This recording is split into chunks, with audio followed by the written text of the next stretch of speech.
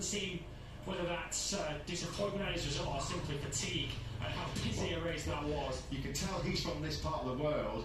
He looks fresh as a daisy. He's used to these conditions. All the other guys are getting bucket loads of water chucked over them.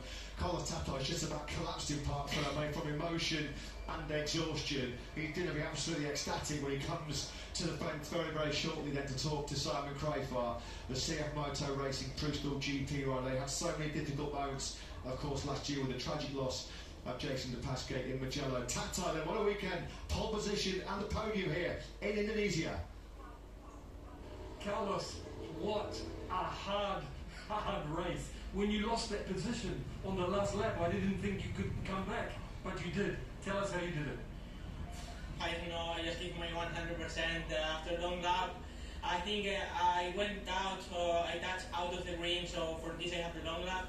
So I just thinking I won the podium and I just was for it. So I'm really happy with my comeback, with the overtaking, with how strong I was feeling. So I hope I was today another level. So congrats to him, and next one will be better and we will try harder. Amazing job, congratulations. Thank you very much. Yeah, thanks Simon, thanks to Carlos Tata. It was always going to be a hard race as it was, without a long lap penalty, which at this stage in the Grand Prix dropped him all the way back down to 14th place. But he launched a rousing recovery. This is the highlight. So Tata's come back up the inside of Onju, who went wide in the last couple of laps, and then this was the decisive attack late on Sergio Garcia. He got that final place in the podium by just over a tenth of a second. Absolutely phenomenal job all weekend by the number 99. Also, we've got a new Spanish hero with the number 99 emblazoned on a motorcycle. And it doesn't seem as if long lap penalties are as big a return as they've been in previous years. Of course, we saw Sergio Garcia a couple of weeks ago come back from a long lap penalty to finish in second place, and Carlos Tata, who was showing incredible pace in the second half of the race once he recovered from a long lap penalty. And the battles up ahead of him, I wonder if that's what Chino Borsoi might be annoyed with. All the battles in that group up ahead, including between his own two riders, enabled Tata to come right back into contention and pinch the final podium. But one Aston rider is on the podium. He's Van Guevara in second place. He's now talking to Simon. There was such a big fight in that group, many overtakes, and you came out on top. Tell us about your race. Yeah, I'm really happy for my fifth podium this year.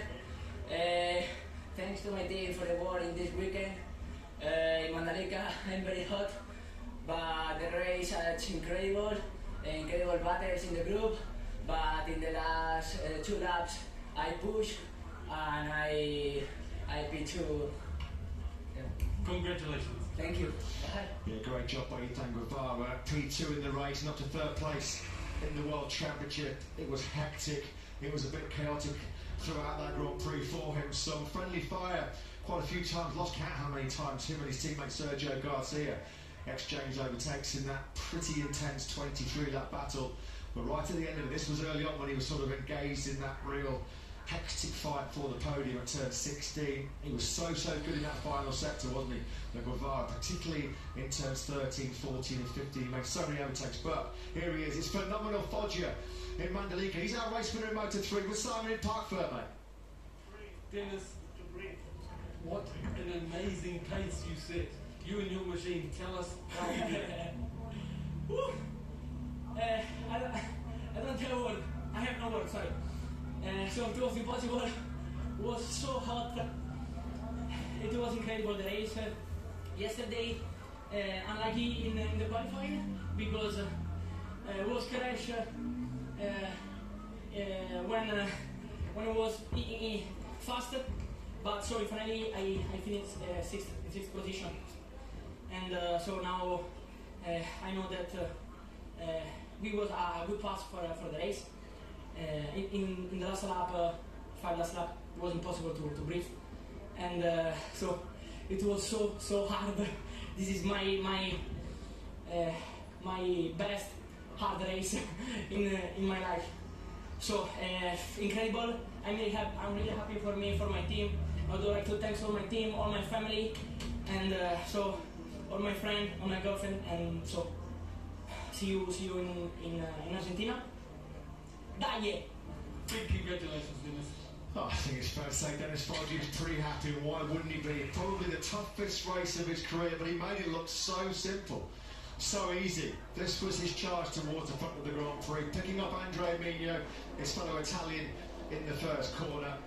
And that was the tap there, just saying, look, I've got the pace, let's try and fight our way through. Then he made this key move on Ethan Guevara into turn 12, and that was the last time anybody really saw it. From that moment onwards, he was in a completely different race, and this was the moment, at this point, coming to the final corner, he was 5 seconds clear. He backed out of it, and a nice celebration wheelie. Leopard Honda take their first Grand Prix win of the season, of course.